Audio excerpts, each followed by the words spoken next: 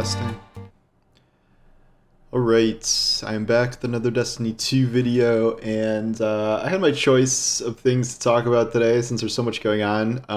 I could talk about the recent weapon buffs, where they buffed a bunch of primaries, and I've started experimenting, and a lot of them feel very good. The problem is that I have not been able to test more than a handful so far, and I don't even have that much stuff to do in the game right now, so it'd just kind of be running random things. So I'm gonna do some more testing there and then kind of give my thoughts. It is nice to be able to use Monte Carlo again and random things like that.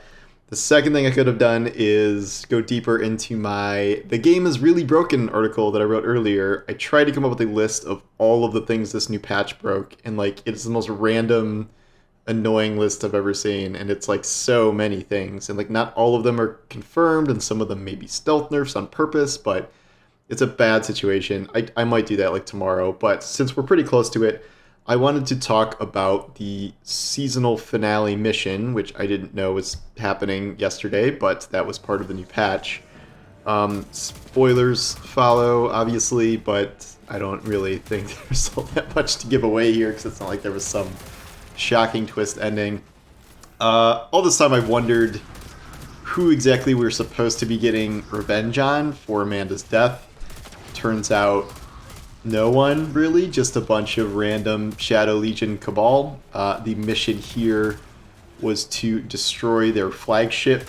There's this whole thing about how, this, Crow's this time we'll all be with you, and it's supposed to be Crow and Devrim and Mithrax, and of course in another game you might expect them to spawn alongside you and be fighting, but this is Destiny.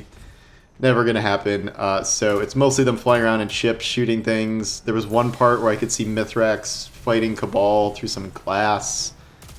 I don't know if Crow and Devrim were supposed to be somewhere. Also, Devrim talks about how he shot and killed the lead Cabal person. I guess he killed the boss when we weren't when we weren't looking, because we don't actually have a boss fight in this. And then the mission itself. So the mission itself is it's okay.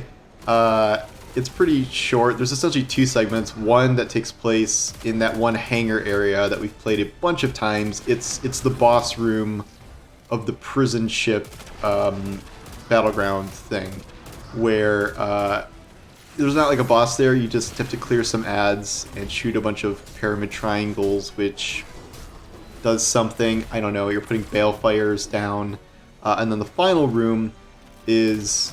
I don't think I've seen that before. I think it was a new room. I'm pretty sure it was a new room, where it's the engine room, and you need this little buff from Mara to be able to shoot a bunch of generators and fans, and then you need the buff to be able to shoot different parts of the engine to blow it all up, and then all the time there's ad spawning. There's 3 mini bosses. It's fine, and then you teleport out, and then the capital ship blows up, and you can kind of see it in the sky of the EDZ. You don't actually see it blown up, you just see it already blown up, and then you talk with Crow about how we did Amanda proud, blah blah blah, and then there's a Zavala Amanda message. I'll get to that in a minute, but I feel I've run into this issue before, where the problem with a lot of these seasonal missions, and especially the finale missions, is that, first of all, many of them are just too far away from the initial story. I know that they push them out in order to make sure there's not story content that just hard ends at halfway through the season. But the problem with doing that is that means you had this giant yawning gap in between storylines. And sometimes that gap is longer than others. The Savathun Exorcism mission was pretty sure it was months after the main storyline wrapped in that season, because that was such an extended season. Here it's only a couple of weeks, so it's not as bad, but you're still pretty far away from Amanda's death, at least a couple weeks, so it's not the last week of the season or anything, but it's not great. And the second problem, I think, is almost a bigger problem. These missions are always just they're pushovers. They're so easy, and this is Bungie trying to balance we need a finale mission, but we also need the most casual of casual players to be able to get through this. But there's no difficulty options, so you're just running a 1600 mission with no modifiers, and I assume it doesn't say you're at power, below power, so I assume you can just dramatically over-level to it. You're plus 50? I don't even know what you can over-level to now. And, it makes every enemy fall over, it makes them do very little damage to you, although there might be bugs with resilience right now, I'm not sure. But still, it's just kind of ridiculously easy. And, you know, I was testing out Revision 0. Like, I was trying to test out, I did it on 2 characters, I was trying to test out the buffed weapons, but you can't because everything is so easy, everything dies in like one shot anyway, and there's really no point to it. And you play this, like, these are missions you play once and then you will never play them again, because it's a one-off thing. So like it's the challenge of live service gaming where like you have to build stuff like this sometimes for the narrative, but it's never going to be come back to, and so you're not going to put a ton of resources into making it like some complex, challenging thing that people are going to run once and then never again. It's going to be 2 rooms and like some light mechanics, and it's going to be very easy for pretty much everyone. But you know, sometimes these are like the Sabbath Exorcism mission was a good mission. It's just you experience it once and never again, and it is not remotely challenging in the least. So that is kind of a problem that I keep seeing coming up with these missions, and I don't love that, but I don't also know how to solve that specifically. Like an option that at least like caps you under and gives you slightly better rewards, like a legendary version of these missions would be something. But again, that might be too much resources invested. Like, I'm not saying to like throw champions in it or something, but like something. In terms of the story aspects of this started off as a pretty strong season, and I liked the kind of disparities they were drawing between Guardians with light and humans risking their lives without light. And then this, of course, culminated in the death of Amanda, who does not have the light. It remains to be seen. Like, we probably could have done that mission ourselves or with other Guardians, and Amanda did not need to drop in there and risk her life and get blown up. It doesn't really make a lot of logical sense that we would be sending normal humans on most of these missions in the first place. And then there's this whole weird conspiracy that may be true. We can't prove it, but like the idea that Amanda was supposed to die in the opening cutscene when her ship crashed, when she was fighting the Witness and stuff. But because Lightfall wasn't supposed to exist as an expansion, they made it a little nebulous that she just like crash landed and then was captured, and then we did this whole seasonal mission. But then she ends up dead anyway. You know, the end result is that she will be dead by the time the final shape rolls around, in theory. And that's why they did it. I don't know if that was true or not, but regardless, it has made the whole thing seem very weird, and like I don't think her death landed very well. I think Rasputin's death was handled a lot better than hers was.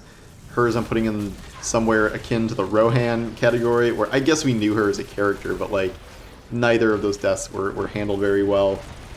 And this finale of getting revenge on like a bunch of completely random Cabal and a ship we've never been to. When I heard the Cabal flagship, I'm like, oh wait, are we gonna blow up Callus's flagship on Neomuna? Like, is that the flagship? No, it's not the flagship. The flagship is the one leading the Earth War or something, which, whatever. Then at the very end, we get this big, long speech from Zavala, which every speech Lance Reddick gives now is very sad, given the situation. In this case, the whole speech is like, I don't know if Amanda's going to be rezzed as a Guardian, but if she was, I would tell her exactly who she was so she can remember, and I think she would be a hell of a Guardian and a great asset. And it's like, okay, like, is that very much forecasting what's going to happen here? I've always said it would be a little weird if they resurrected Amanda as a Guardian with her memory wiped, considering we just did this with Crow for 2 years, where he's been like learning, he's like a new light, and then he's, you know, got more power, got more confidence, figuring out how to be a hunter.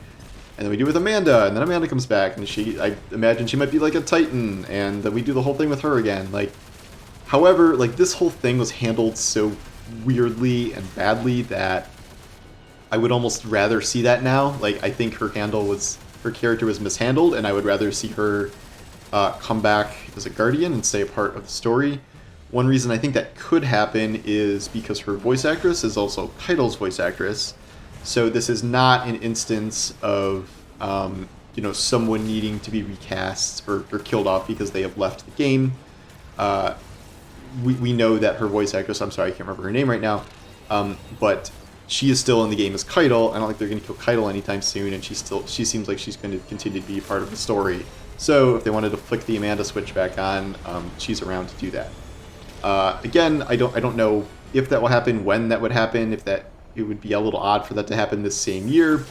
And then after the final shape, like, who knows what happens after the final shape, after the Traveler Witness conflict is over. We really have no sense of what's going to happen there, other than it does seem pretty obvious that we will get to keep our light and dark powers. Like, they're not just going to rip all of that away from us, but I don't know. The process of becoming a Guardian may change. Who knows?